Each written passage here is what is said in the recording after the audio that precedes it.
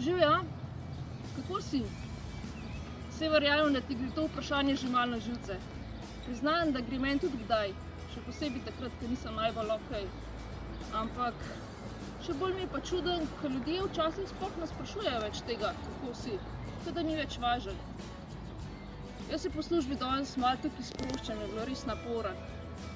Pa razmišljala sem, da se ne bi smeli nehati igrati, tudi ko smo malo starejši.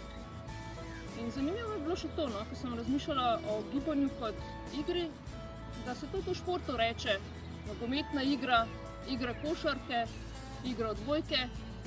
Tako da, zakaj pa ne bi tam recimo enkrat na teden se šli spet malo igrati nazaj, kot včasih. Tukaj, ko se gugam, je tudi spomin malo tavuša v svoje otroštvo. Ko smo bili res več vzuni, tako mi smo čakali, da gremo ven. Pa starši smo mi kar dostikrat, tako čez vikend smo šli kam, pa smo se sprostili. Res se je marsikaj spremenilo takrat. Gibanje res ni več samoumevno. Tako da tudi pri meni, ko vam 8 ur na dan delam za računalnikom v službi. Tako da se moram prav zavestno odločiti, pa nekaj narediti za to, da se razmigam. Zato sem se jaz uvedla tako vsakodnevno rutino, da grem vsak dan peš v službo, pa iz službe, pa še med malce se grem malo zluftati možgane.